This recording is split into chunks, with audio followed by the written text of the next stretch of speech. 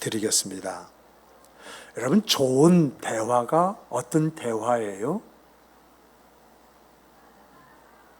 좋은 대화가 상대방의 이야기를 들어주는 것, 경청이 좋은 대화일까요? 물론 대화를 나누다가 대화를 잘라 먹는 것, 그래서 다른 말로 그 분위기가 바뀌는 것, 이런 것은 좋은 대화는 아닙니다. 그런데 경청 그 자체가 좋은 대화이냐? 좋은 대화일 수도 있습니다만은 듣고 엉뚱한 말을 하는 경우가 참으로 많습니다.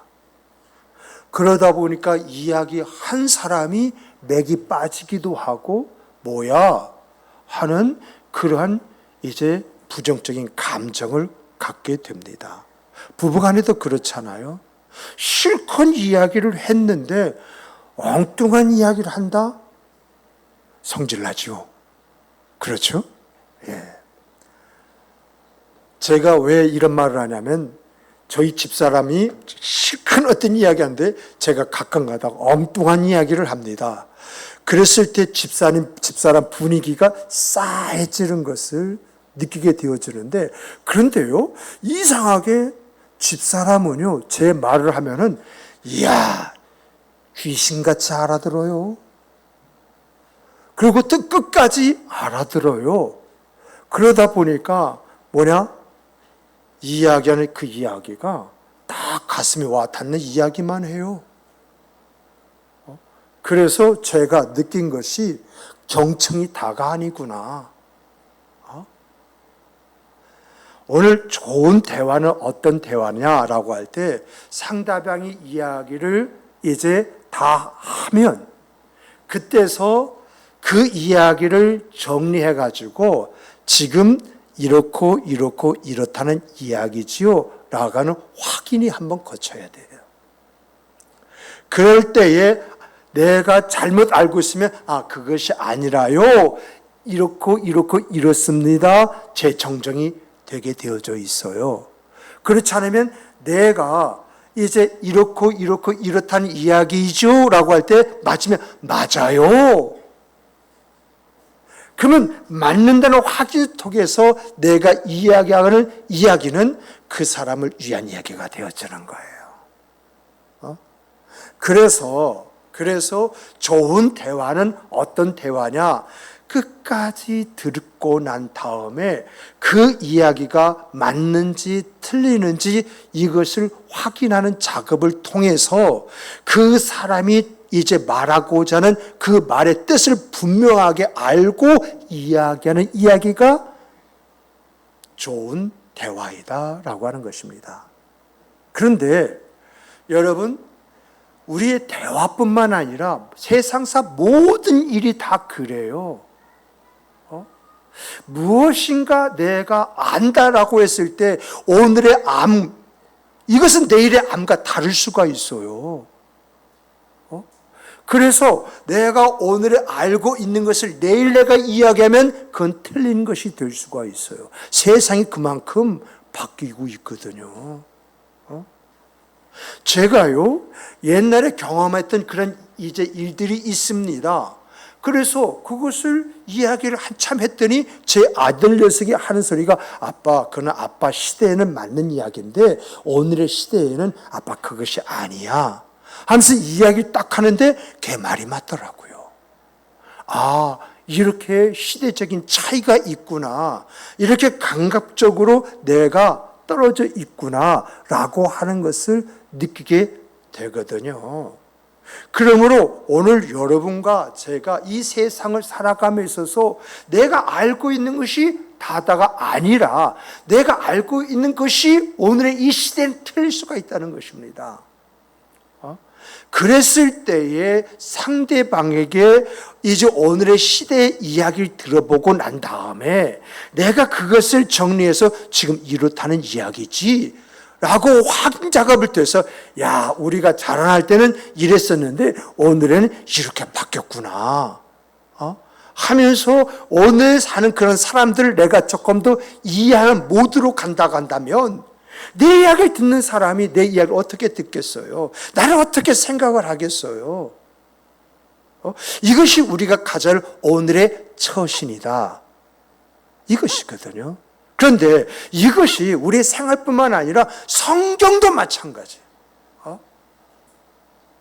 성경도요, 여러분, 이제 말씀, 다시 말한 오늘 본문이 말하고자 하는 내용과 배경, 그리고 강조점이 뭐냐라고 하는 것을 여러분과 제가 분명히 알 때에 하나님이 오늘 나에게 이 말씀을 주시는구나. 하나님이 오늘 내가 이것을 신앙하면서 살아가길 원한다는 것을 일깨워 주시는구나. 이렇게 내가 바로 이해하고 그리고 이제 신앙의 어떤 방향을 잡을 때에 내 생활 속에서요, 하나님이 원하신 생과 삶이 나온다는 거예요. 내가 이렇게 말씀이 가지고 있는 그런 이제 배경과 내용을 모르는 상태에서 무엇을 말씀하시는지 그 강조점을 잃어버린 그 상태에서 그 말씀을 보게 되어지면요, 엉뚱한 말을 하고 엉뚱한 행동을 하고 있음에도 불구하고 그것이 잘한 것처럼 착각하게 되어지는, 나는 잘한 것 같은데 다른 사람에게는 손해, 심경, 어려움을 던져주는 그런 행동이 된다라고 하는 것입니다. 그래서 오늘 여러분과 저는 항상 말씀에 대한 배경과 내용이 뭐냐, 여기서 주는 메시지가 뭐냐, 이걸 바로 알기 위해서는 항상 말씀드린 대로 그 말씀의 개념이 뭐냐, 개념을 정리하고 나갈 때에 아하, 오늘 하나님은 나에게 한 주간의 생과 삶을 위해서 이런 말씀을 나에게 주시는구나. 그러면 내가 이런 말씀을 받았으면 어떻게 살아야 할 것이냐? 삶의 내용을 결정을 하고 그 길을 향해서 나아갈 때에 나는 주의 말씀에 따라서, 주의 뜻에 따라서 살아가는 사람이 되어진다라고 하는 것입니다. 오늘 본문 배경은 이렇습니다.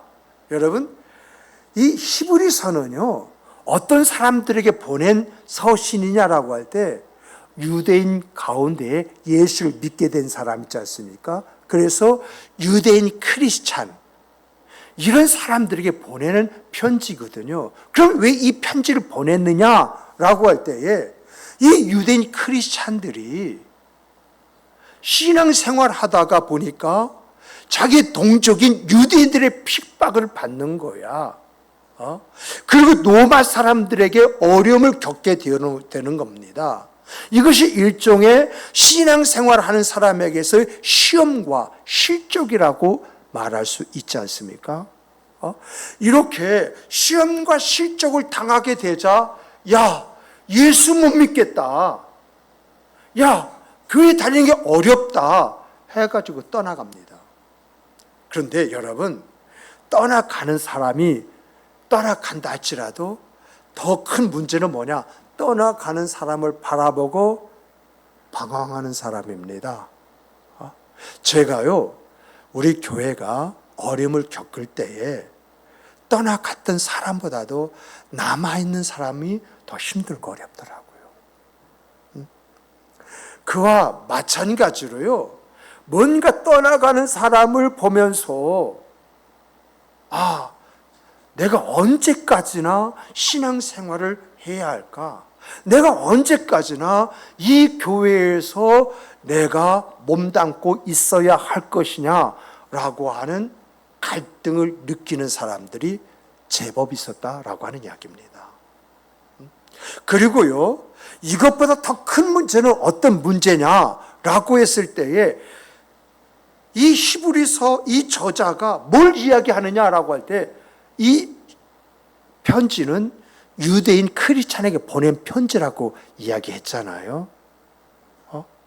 그러면 유대인 크리스찬이라면 예수 그리스도가 중심이 되어야 되고 그분의 말씀이 그들의 삶의 내용이 되어야 되잖아요. 근데 유대교에 있던 사람들이다 보니까 구약 성경과 유대교의 전통이 더 강한 거야.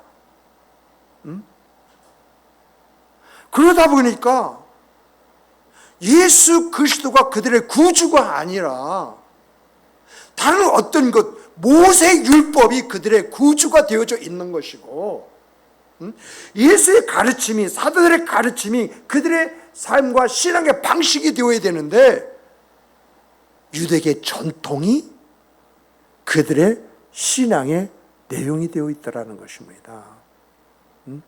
그러다 보니까 이 히브리서의 내용의 핵심이 뭐냐? 그것은 뭐냐라고 할 때에, 떠나간 사람은 어쩔 수 없어요.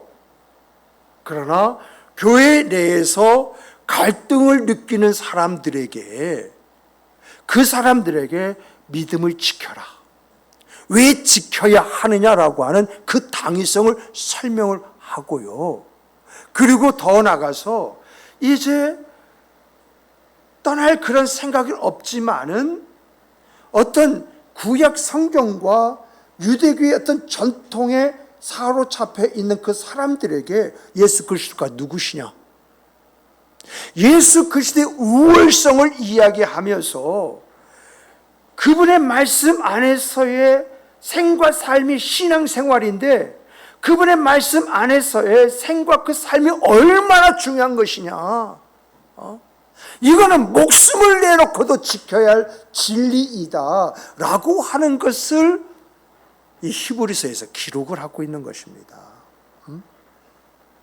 그래서 여러분, 오늘 본문이 있는 이제 히브리서 5장이 있지 않습니까? 우리가 11절부터 읽어봤지 않습니까? 근데 1절부터 10절을 보게 되어지면요, 뭐라고 이야기하시냐? 예수 그리스도가 어떤 분이시냐? 어떤 분이시냐 이야기하면서 예수 그리스도는 멜기세덱에게 이제 속한 대제사장이다. 너희 조상, 우리의 조상 아브라함이 믿었던 멜기세덱, 그 세대로부터 이어져 온 대제사장이 우리 주 예수 그리스도이시다. 그러므로 우리 주 예수 그리스도의 제사장 직분은 네 지파의 직분과 비교할 수 없는 위대하신 제사장이시다. 이것을 이야기를 해요. 왜 이런 이야기를 이 5장 들어서 이야기하느냐라고 할 때에, 예수 그리스도의 제사장 직분이 얼마나 중요한 것인가, 이것이 정리되지 않으면은요, 여러분, 유대 크리스찬의 신앙의 그 깊이를 가질 수가 없기 때문에 그래요. 생각해 보세요. 우리 주 예수 그리스도가 나의 모든 것이다, 내가 믿고 확신할 때에 내 삶이 나오잖아요. 그런데 예수 그리스도가 나의 모든 것이 아니라 예수 그리스도는 내 생활의 일부분의 한 영역 속에서 필요한 존재라고 생각한다면, 여러분, 내 생과 삶이 어떻겠습니까? 크로스 웨이라는 성경 공부책을 보면은요, 파이가 있어요. 하나의 파이에 넣고 조각조각 이렇게 내놓고, 그 조각 속에 뭐가 있냐? 직장 있고, 사람의 관계 있고, 물질 있고 쫙 있어요. 그 파이 중에 하나가 신앙이에요. 과연 우리는 어떤 신앙을 가지고 있느냐라고 하는 질문을 통해서 이 모든 것 위에 우리 주 예수 그리스도가 왕이 되어야 된다. 모든 것이 되어야 된다. 그랬을 때 우리의 생각, 그 삶 속에 예수 그리스도가 녹아남으로 말미암아서 나의 나됨을 이제 경험할 수 있다라고 하는 것이, 그래서 제가 기억하기는 일과에 대한 그런 내용이에요. 그와 마찬가지로 예수 그리스도가 누구냐, 이것을 정립해 주지 않으면 그들의 신앙이 있지 않습니까? 신앙은 상황에 따라서 변하는 모래성과 같은 그런 신앙이었기 때문에 이것을 이야기하는 것이거든요. 그런데 여러분, 오늘 본문 보세요. 오늘 본문에서 뭘 이야기합니까? 1절부터 10절 보면은 예수 그리스도는 멜기세덱 반차에 따른 대제사장이다. 이 예수 그리스도가 모든 것이다 라고 하는 것을 강조를 하면서 오늘 본문을 보면은요, 뭐라고 이야기하느냐? 이 예수 그리스도에 대해서 너희들에게 간절한 마음으로 그분의 세계 속에 있는 그 깊이를 이야기하고 싶어도 너희들은 이런 이야기를 받을 준비가 안 됐다는 것입니다. 아무리 그 영적인 그 심한 진리를 말한다 할지라도 그것을 들을 수 있는 귀가 없다는 거예요. 그래서 그것을 말하고 싶으면 간절한 마음이 있다 할지라도 멜기세덱 여기서 끝일 수밖에 없는 아쉬움과 아픔이 내 안에 있다. 그것을 지금 여기서 이야기하고 있는 것이거든요. 정말 여러분, 그래서 오늘 12절부터 14절 한번 보세요. 자세히 한번 다시 한번 보세요. 여러분에게 지금까지 말씀드린 그 내용을 바탕으로 해서 이 말씀을 한번 보세요. 정말 이 12절 14절 보면 이들의 영적 미흡한 그 상태를 지적하면서 언제까지 이런 상태로 있을래? 언제까지 이런 신앙생활 여기에 머물러 있을래? 이제는 좀 더 깊은 신앙의 단계로 넘어가기 위해서 우리 주 예수 그를 깊이 있는 그러한 체험을 위해서 이 초보 단계를 넘어가야 되지 않겠느냐? 이것을 넘어가지 않으면 너희들이 앞으로도 똑같다는 이야기입니다. 너희들에게서 뭘 기대할 수 있는 그런 일들이 없다는 것입니다. 이렇게 본문은요, 예수 그리스도가 누구냐? 예수 그리스도가 대제사장이시다. 어떻게 대제사장이시냐? 라고 하는 깊은 교훈을 전달하고 했지만은 유대 크리스찬들의 미성숙한 신앙으로 인해서 더 이상 말할 수가 없다는 것입니다. 그러면 너희가 이 예수를 알고 싶으냐? 이 예수를 체험하고 싶으냐? 이 예수의 세계 속에서 살아가고 싶으냐? 그렇다고 한다면 너희들이 듣는 귀를 가져라. 가슴에 품고 생활할 수 있는 자세와 태도를 가져라. 이런 것을 위해서 한번 노력해보는 그런 모습을 가져봐라. 그것을 지금 여기에서 이야기하고 있는 것이거든요. 그러면 이런 말씀, 이런 배경을요 보면서 한 구절 한 구절 살펴보실까요? 여러분 12절 보십시다. 12절, 때가 오래되었으므로 너희가 마땅히 선생이 되어야 했을 터이냐. 자, 성경 보세요. 자, 때가 오래되었어. 이 말이 뭐죠? 너희들이 신앙생활 한 지가 오래되었다? 아니면 요 근래 신앙생활 해왔다? 무슨 말이죠? 오래되었으나 신앙생활 한 지가 몇 년이냐? 예수 믿은 지가 몇 년이냐? 그러므로 너희가 마땅히 선생이 되었을 터인데 라고 하는 말은 너희가 오늘까지 신앙생활 했으면 마땅히 가르칠 수 있는 그 위치에서 예수 그리스도가 누구냐라고 하면서 말할 수 있는 그런 사람이 되어야 하는데 지금 너희들 모습을 한번 봐라. 내가 몇 년 신앙생활 했는데 이렇게 말할 수는 있지만 예수에 대해서 말 한번 제대로 이야기할 수 있는 그런 수준에 있느냐. 그 이야기 지금 여기서 하고 있는 거거든요. 정말 이러한 부분에서 저는 감사한 것은요, 제가 이번에 갑작스럽게 참 장례가 있어가지고 가면서 제가 이경수 집사님하고 김숙 권사님 딱 지명을 해가지고 설교하고 예배를 인도 좀 해주십시오 하고 부탁을 했습니다. 그때 가면 집사님 있었으면 가면 집사님도 시켰을 것이고 고윤지 집사님 있으면 고윤지 집사님도 시켰을 것인데 참, 좀 새벽기도 좀 자주 나오세요. 그래야 제가 부탁도 하지 않습니까? 참 우리 교회는 이렇게 부탁하면은 이제 하실 수 있는 분들이 많아요. 우리 장로님들도 비롯해서 우리 안수 집사님들 이야기하면 다 이런 부분들을 맡아서 하실 수 있는 그런 위치에 서 있어요. 정말 어떤 면에서 보면은 이 히브리서 기자는 그렇게 세우고 싶은 사람이 있어도 없다는 거예요. 정말 말할 수 없는 답답함과 안타까움 속에 있다는 그런 이야기입니다. 그래서 여러분 12절 계속 보십시오. 너희가 다시 하나님의 말씀의 초보에 대하여 누구에게 가르침을 받아야 할 처지니 하면서 뭐라고 이야기했습니까? 너희들이 신앙생활을 오래 했음에도 불구하고 너희들이 이렇게 신앙생활을 오래 했으면 너희들이 누굴 좀 가르쳐라 라고 한다 할지라도 그것을 감당할 수 있는 그런 사람이 되어야 했음에도 불구하고 그렇지 못하다는 거예요. 그렇지 못하다. 정말 너희들이 어떤 말을 하면은 그 말도 알아듣지 못할 뿐만 아니라 마치 그 이야기를 처음 듣는 것처럼 반응하니 그런 너희들에게 내가 무슨 말을 할 수 있으랴? 그 이야기를 하고 있는 것이거든요. 여러분 성경을 보면은요. 에베소 교회 성도에게는 만세전으로 들어가요. 영혼의 세계에서 그것을 끄집어내가지고 사도 바울이 에베소 교회에 이야기합니다만은 고린도 교회는 뭐라고 이야기하냐?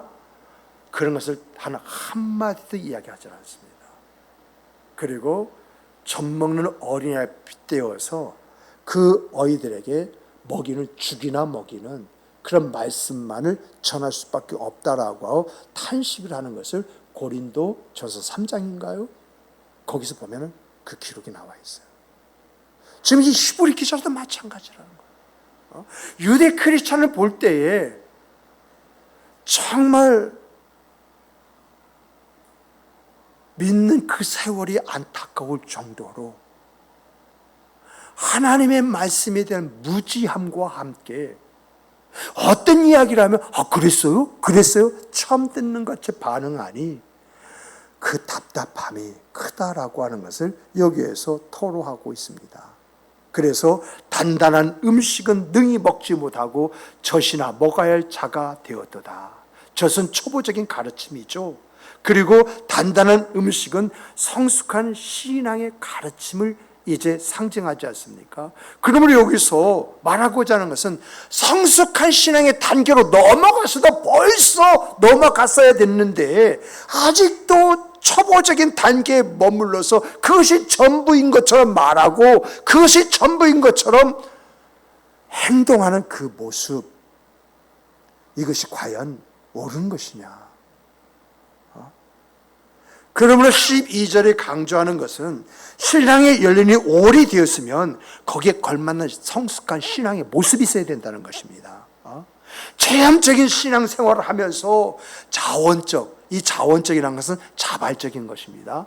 자발적인 자기 헌신, 자기 희생을 하면서 내가 자발적으로 이런 헌신, 이런 희생을 해보니 내 마음에 이런 기쁨과 즐거움이 있네.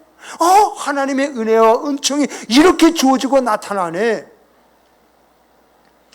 이런 것들을 체험해 보라는 것입니다. 그래서 12절에서 요구하는 것이 뭔지 아십니까? 초신자 같은 신앙생활 이제 그만하고 좀 더 깊고 신앙의 이제 가르침을 받아서 성숙한 사람답게 그것을 실천하는 그런 사람이 좀 돼봐라. 이것을 이 12절에서 요구하고 있는 거예요.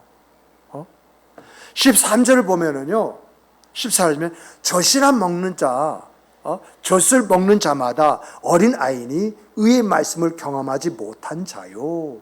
라고 하고 13절 이야기하지 않습니까? 초신자 신앙에 머물러 있는 사람은 사람 구실, 신자 구실을 제대로 하지 못하는 어린아이와 같다는 것입니다. 투정이나 부리고 부정적인 말을 일삼고 그저 어떤 분위기를 깨트려 버리는 그런 일들을 서슴지 않고 한다라고 하는 것입니다.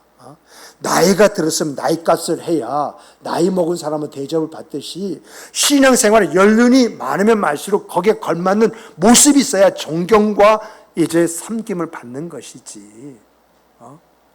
그렇지 못한다 나간다면, 그러지 못한 상태에서 존경해달라, 사랑해달라라고 하면 존경할 수 있느냐, 그 이야기를 여기서 하고 있는 것이거든요. 그래서 13절 중간을 보면은 의의 말씀을 경험하지 못한 자요라고 하는 말로 왜 그 사람이 그렇게 행동하느냐라고 분명하게 이야기하고 있죠. 어떠한 통찰력을 일깨워주는 말씀을 주셨을 때에 이게 무슨 말이지? 이게 무슨 뜻이지? 이게 무슨 의미지? 이걸 알고 행동해야 되는지, 왜 그런 말을 했는지, 그것이 자기에게 어떤 의미가 있는지, 그것이 어떤 은혜와 은총과 복을 불러오는지 모르고 행동하고 있다는 것입니다. 이런 사람에게 뭐가 없어요? 하나님의 역사 기대하지 말라는 것입니다. 하나님께서 자기의 생각, 그 삶의 놀라운 어떤 일들을 통해서 자기를 바로 세워주고 가정을 복되게 하시는 그런 마음이 있다 할지라도 그건 너의 마음이지 그런 역사는 너에게 없다라고 하는 이야기를 지금 여기서 하고 있는 것입니다.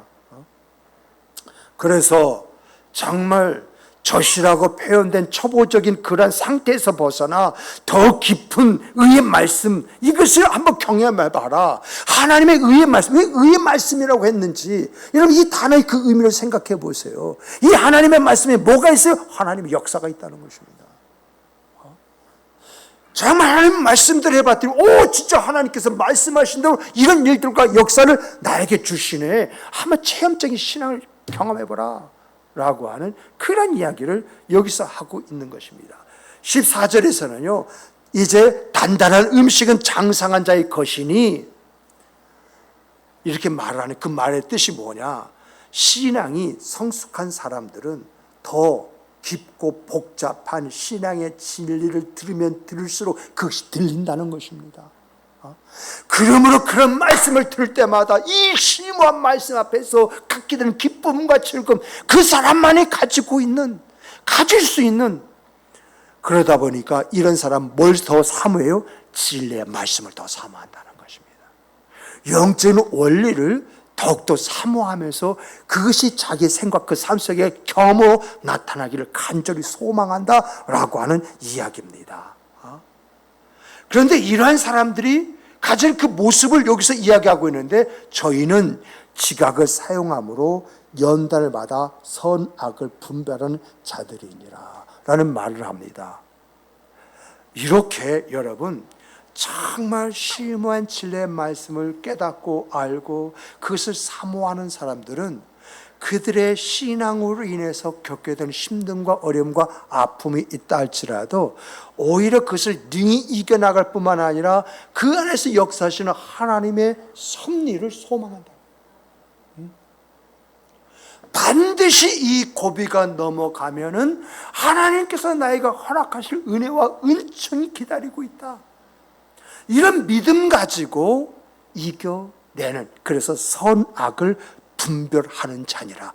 무엇이 선이고 악인지, 어떻게 해야 내가 은혜를 받고 못 받는지, 이 모든 것에 대한 분명함을 가지고 은혜를 받은 자에 합당한 그런 모습을 갖게 된다라고 하는 이야기입니다. 자, 이제 이런 말씀을요 잠깐 정리해서 이렇게 말씀드리겠습니다. 제가요 지난번에 우리 그 완도에 세미나를 갔을 때 어떤 목사님하고 대화를 나누게 되었습니다. 차 한잔하고 이제 대화를 나누게 됐는데 그 밤이죠. 그 사람이 금일이라고 하는 곳에서 목회를 하고 있는데 어떤 성도 하나가 자기 1억 5천이 필요하다는 거야. 1억 5천만 있으면 내가 전복 이 양식을 크게 해가지고 돈을 한 목에 벌 텐데 이게 그분의 노래다 보니까 그 목사님이 1억 5천이 아니라 2억이 있었대요. 자기가 자기의 그 생과 삶, 또 아버지가 물려준 그 재산을 이제 형제간에 정리하면서 가지고 있는 돈이 현찰이 2억이 있었대요. 그래서 이분의 말을 들을 때 정말 내가 이것을 이분에게 빌려준다고 한다면 이분이 정말 원하는 그러한 사업을 해낼 수 있지 않겠느냐, 이런 생각을 갖게 되어졌는데, 그래서 기도했대요. 기도했는데 하나님의 응답은 없고, 그래서 이제 그 집사님에게 뭐라고 얘기했느냐? 새벽기도 나와서 기도 좀 해보세요. 또 신앙생활 조금 더 열심히 해보세요. 그러면 하나님께서 길을 열어주시지 않겠습니까? 이것을 해볼 수 있는 일들을 하나님께서 열어주시지 않겠습니까? 하고 누차 이야기했대요. 하나님 살아계심을 믿는다면 정말 하나님 앞에 한번 간절히 한번 빌어보세요. 만날 때마다 인사했더니 나중에는 목사님 그만하세요. 부담스럽게 그 말 그만하세요. 그 말을 하더래요. 그런데 이 목사님은 어떤 생각을 하냐? 저 사람이 1억 5천이라도 하다 보면 돈이 더 들어갈 것이다. 그래서 2억까지 자기가 가지고 있는 모든 것. 그러면서 이 목사님은 어떤 마음을 가졌느냐? 저 사람이 망하면 나도 망하고 저 사람이 흥하면 나도 흥할 것이다. 이러한 마음을 가지고 그 집사가 그만하라고 듣기 싫다고 말을 한다 할지라도 그저 그 사람을 위하는 그 마음 가지고 좀 기도 좀 해보세요. 정말 하나님 앞에 당신의 문제를 진부하게 가지고 한번 실험 한번 해보세요. 그렇게 이야기했다는 겁니다. 그런데 제가 그 이야기를 어떻게 해서 알게 되었느냐 하면은 한 목사님이 그 목사님에게 목사님 그 성도에게 돈 빌려주셨어요? 그런 말 때문에 뭔 돈? 하고 내가 물어보면서 그 이야기를 듣게 된 거예요. 그랬더니 그분이 하시는 말씀이 뭐라고 말씀하시냐? 그분이 받을 그릇이 못 됐던 것 같습니다. 왜냐 하고 이제 들어보니까 그 듣기 싫은 말을 했다고 해가지고 교회 성도들 안에서 분란을 일으켜가지고 아주 이 목사님을 힘들게 하는 거예요.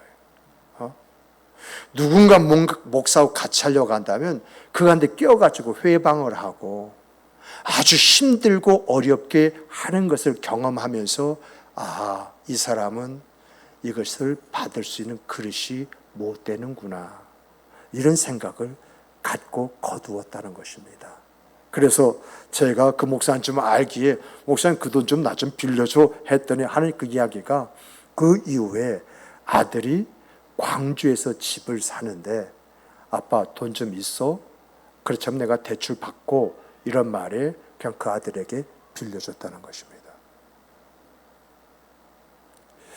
정말 이러한 가운데에서 우리가 살펴볼 수 있는 것은 초보 신앙이 어떤 신앙이냐는 겁니다. 정말 주 안에서 하나님께서 어떤 것을 준비했다 할지라도 그걸 받고 못 받고는 결국 누구의 손에 달렸어요? 내 손에 달려 있는데 과연 하나님 앞에서 그런 모습을 한번 가져봤느냐? 저는 이런 것을 이야기하고 싶어요. 반면에 이런 사람이 있습니다.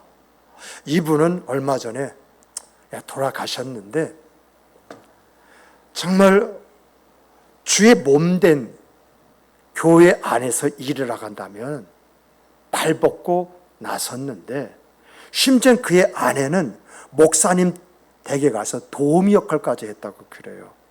목사님과 사모님이 아주 바쁘게 움직이고 그러다 보니까 집안을 제대로 정리할 수 없을 거야, 그 마음 가지고 목사님 댁에 가서 도우미 역할까지도 기쁜 마음으로 했다는 거예요.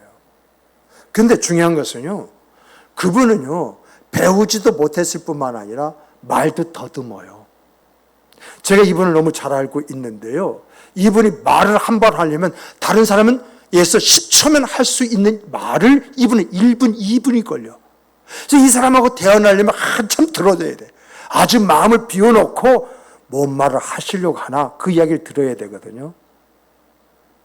또 말에 대한 요령이 없어가지고요, 한 말 또 하고 한 말 또 하고 하는데 그 말을 끝까지 들어줘야만이 지금 무슨 말을 하려고 하는구나, 이걸 감을 잡아요.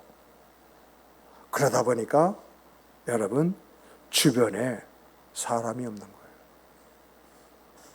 주변에.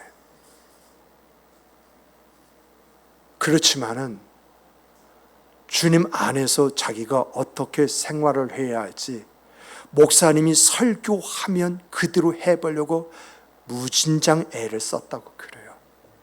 말씀대로. 저도 그분에게 들은 말이 있어요. 목사님께서 이런 말씀을 하셨다. 이 말은 뭐죠? 목사님이 그 말씀을 그렇게 하셨기 때문에 나는 그렇게 산다, 그 이야기거든요. 저는요, 그분이 돌아가셨을 때에 정말 가족 간에 조촐하게 장례 치를 줄 알았어요. 그래서 이 장례식장 보면은 그 서빙하시는 분이 몇 인분이나 밥을 준비할까요? 이렇게 이야기하지 않습니까? 그때 뭐라고 이야기했느냐 하면 그냥 기본만 해라. 기본만 해라. 그네요. 난리가 났습니다. 난리가. 그래서 동원할 거 다 동원해가지고요. 그것을 처리했는데 아마 좋게 이번에 그 장례식장에 오신 분이 한 500~600명은 넘어갔던 것 같아요.